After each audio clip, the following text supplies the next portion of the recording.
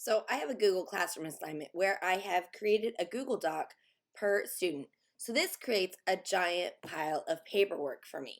So what I'm going to do is I'm going to click here on student work, and the first thing I'm going to do is I'm going to return everyone's work. I'm going to do return.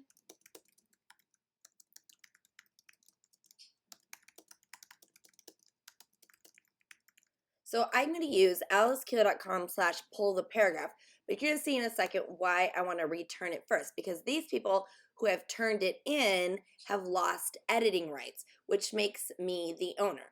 So I'm going to return it. I'm going to make a note so I know who turned it in, and then I am going to go to alicekeeler.com/pull the paragraph. alicekeeler.com/pull the paragraph. I'm going to make a copy.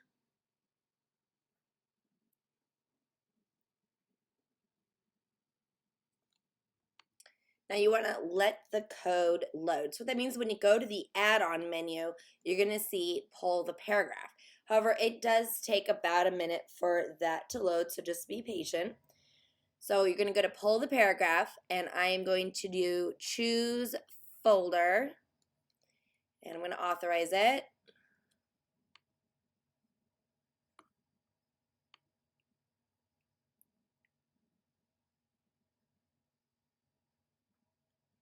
And select a folder. And what I'm looking for is the folder in Google Drive that has Google Docs in it. So you'll see that this one is titled number 016 giant pile of paperwork. If it's hard to find, one of the tricks that I'll do is I will go to the folder. You don't have to do this, but you can rename the folder. So here's the folder. I do a drop down and I rename the folder just so it's easier to find. So you only need to do that if you're having a hard time finding it. But I have it right here. It's number 16. I single click on the folder. Now here is the deal. You don't want to double click. I do this all the time, and I coded it because I'm so used to just selecting the folder and double click because I'm getting into the folder. But I actually don't want the documents in the folder. I am choosing the folder. So I single click on just the folder. If you double click on it, it looks like it's empty and you're like, what's going on? And that's because it's looking for folders and not documents. So just single click on the folder, choose select,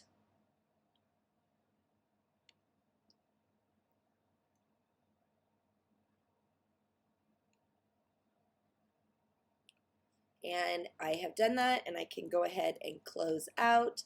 And what it's doing is it's pulling in everyone's document from Google Drive. Once it's done, it'll let you know. It takes a few minutes because what it's doing is pulling in all of the text off of the Google Doc. Now here is the key. Do you see where column B says owner? And that is going to show me who is the owner of the document. And that is why I had to return the documents, because when students turn it into me, I become the owner and it puts my name there. So I want to return it first just to make sure it has their name. Okay, and so then I have feedback in column C. And as I go to the right, I'm using the right arrow, I'm able to see what was on the Google Doc. It pulls each paragraph and puts each paragraph into a cell on the spreadsheet. So I can see that this is the question that I asked, and this was the answer column. So I'm able to read what they put.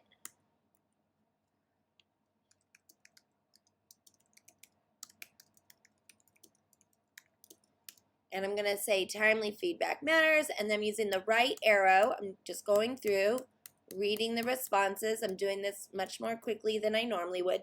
Now this gray box is there to indicate that there is no more paragraphs. So then I am able to come over here into column C, and I'm going to give feedback.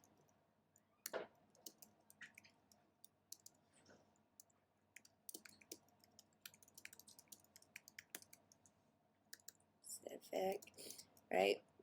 And when I push enter, it puts me back into column C, but now I'm in row 4, right arrow, so I can read that Lisa has not started this yet, which is fine.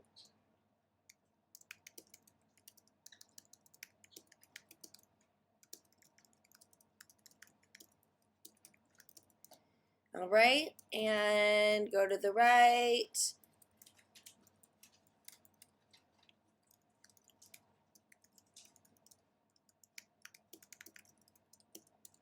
Okay, and so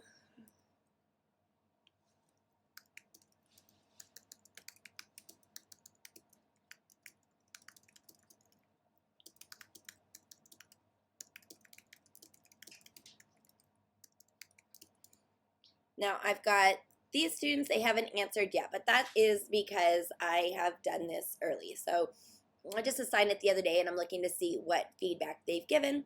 So I'm gonna cheat a little bit.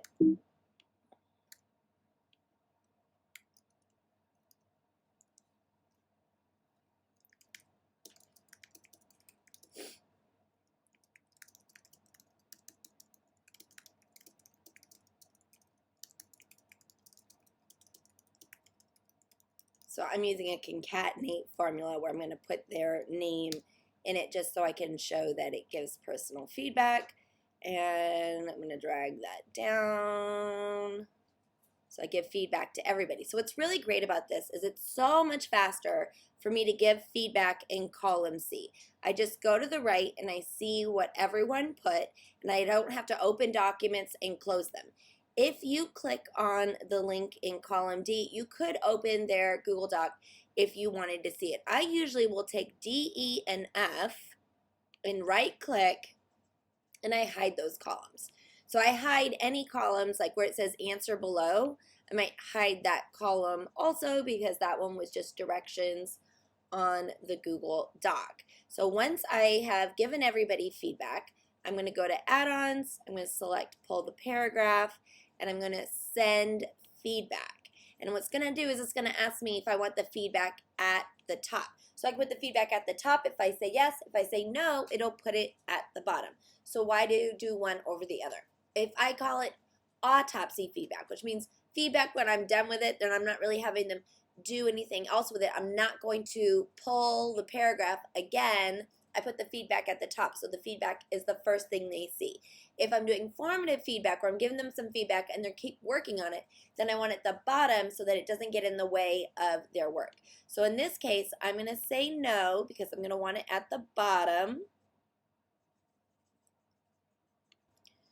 It can take a little while for it to put the feedback on everyone's document, but when it does, it'll let you know. And I'm going to go ahead and open back up those columns that I hid. So let's go ahead and take a look. I'm going to click on the link. So I'm going to open up this document. Now my goal is to not open up the documents, but you can see that I have put the feedback on the bottom of their Google Doc. Now how do I know that they're going to see it? They may or may not see it. I just put it right there in the doc. There's no like notification. So if the students have email, you can go back to the pull the paragraph menu and you can email the feedback. So I'm going to do email feedback. And now it's sending an email to everyone, letting them know that I left them feedback in the Google Doc. So here I am in Gmail and I'm looking in my sent mail just so you can see what this looks like. It has their name on it. It has the title of the assignment. And it says, hey, why don't you look at the document? It gives them the link to go back to the document, not relying that they have to go back to Google Classroom. And it puts the feedback that I gave them right in the email. So they'll get the email. I have a higher probability that they're going to see my feedback because they don't have to open the document to see my feedback. And if they want the whole document, they can click and open it.